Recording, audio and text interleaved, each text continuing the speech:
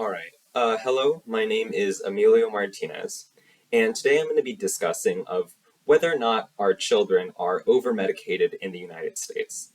Just a little bit of preliminary information.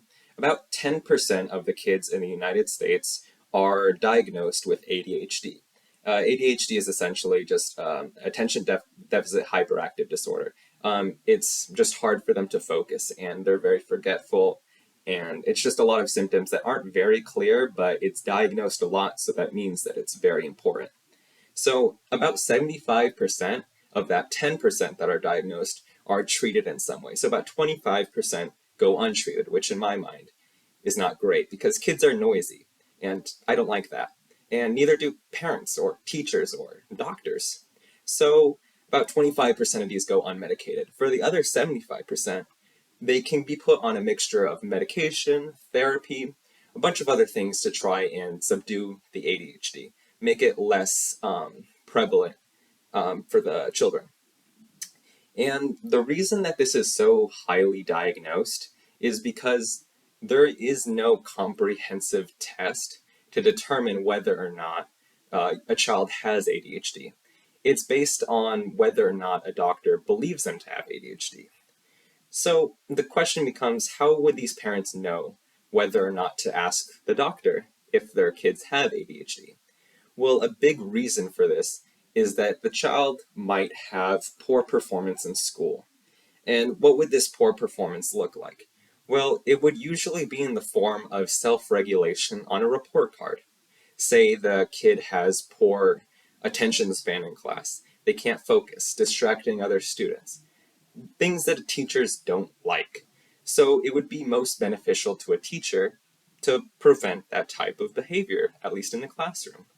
So teachers will look at this report card and give a poor grade on self-regulation, which a parent will then look to, not understand, because report cards are just inherently hard to understand in their grading. But they'll look at that, and then further on, they'll decide to look further into it, and they'll come across articles directed at parents. Specifically, this one that I found is on a website called healthychildren.org, an article that is written by pediatricians and a website that is trusted by parents. So they suggest that you get your child checked for ADHD if you see this poor self-regulation or poor attention spans. So this is like a reason that the parent in the first place would go to a doctor to check their kid for ADHD. So after they check their kid for ADHD, it would just be sent to that non-comprehensive exam by the doctor, whether or not they feel that the kid should be medicated, should go to therapy for their ADHD. So essentially, the entire decision for ADHD is left completely up to elementary teachers in the first place. So in short, just to put that very concise, the decision to medicate your child is in the hands of elementary teachers and is done with a non-specific test only at the request of a parent. So clearly this is a great system to decide whether or not your child should be put on essentially a cousin drug of meth. With a test that's barely as comprehensive as a preliminary eye exam. And a big thing is that it also keeps your children in check later in the future. So a lot of these drugs that were prescribed to children with ADHD, they've been around for quite some time. A very prevalent one as of the last 20 years or so before it changed was Ritalin. And Ritalin's very important because if you take it for long enough, it is shown that it will hinder your ability for abstract thinking.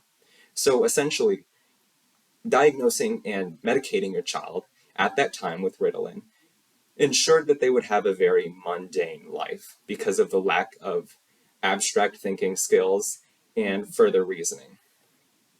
So clearly, all of these kids really loved being medicated because as adults, they have a higher prevalence towards using methamphetamines in the future. So it clearly shows that not only are children loving this, but it's beneficial for everyone. So that includes parents, teachers, doctors, drug companies as well to prescribe them. So in short, we're not medicating them enough. You know, if I could deal with less noisy children in my life, I think that's a win. Thank you.